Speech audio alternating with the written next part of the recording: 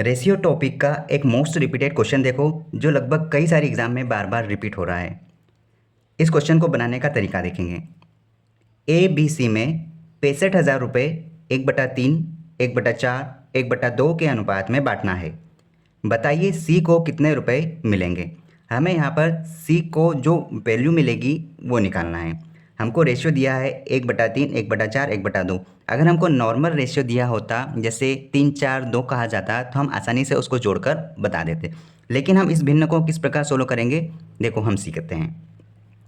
यहाँ पर A ratio B ratio C की वैल्यू दे दी गई है कि 1/3 भाग, 1/4 भाग और 1/2 भाग में इनको पैसे दिए गए हैं। और टोटल अमाउंट कितना का है, 65,000 रुपये। ठीक है, जब ऐसी कंडीशन होती है तब हम इनका रेशियो नहीं निकाल सकते, मुश्किल होता है। तो देखो यहाँ पर हमें 3, 4 और 2 की वैल्यू को हटाना पड़ेगा।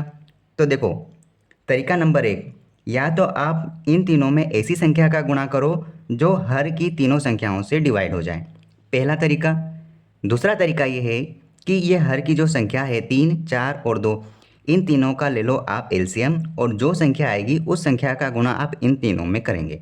ठीक है, अब देखो अगर मैं एक अनुमान की तरह एलसीएम से एक संख्या फाइंड करूं तो 12 मिलता है, 4 या 12।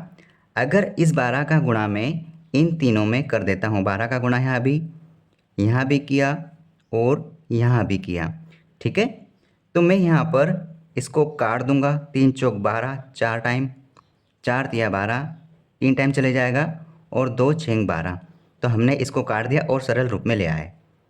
ए 4, बी यहाँ पर 3 होगा और सी की वैल्यू यहाँ पर 6 होगी। ये रेशियो में हमने निकाल दिया है सरल रूप में। अब देखो कहा क्या जा रहा है कि तीनों में 65,000 रुपये बटे हैं, तो हमको सी की वैल्यू बताना है। हमारे अनुसार यहाँ पर तीनों में कुल कितना रुपए हो रहा है, कितना यूनिट हो रहा है, ये समझो। 6 और 4 10 और 3 13, 13 यूनिट बन रहा है। लेकिन एग्जामिनर के अनुसार यहाँ पर 65,000 रुपये बताए गए हैं। ठीक है, तो हम यहाँ से 1 यूनिट की वैल्यू निकाल लेंगे। हम 13 की टेबल से एक बार काटते हैं तो कितनी बार चले जाएगा, 13, 5, 65 और 3 जीरो रहेंगे। मतलब कि देखो 1 यूनिट की वैल्यू आपने 5,000 रुपये निकाली। अब वो कुछ भी पूछे आप आराम से बता सकते हैं। एग्जामिनर ने पूछा है कि सी की वैल्यू आप बता दीजिए। यहाँ पर हमने सी की वैल्यू 6 यूनिट निकाली। ठीक है, सी की वैल्यू आपने 6 यूनिट निकाली और हमको यहाँ पर 1 यूनिट की वैल्यू पता चल गई। तो हम 6 में 1 यूनिट की वैल्यू का गुणा करेंगे, मतलब कि 5,000 का गुणा करेंगे। तो कितना हो रहा है, 6 पंजे 30,000। मतलब हम कह सकते हैं कि सी को कितना हिस्सा मिला, कितने रुपए मिले, 30,000 रुपये। मतलब हमारा ऑप्शन डी सही है।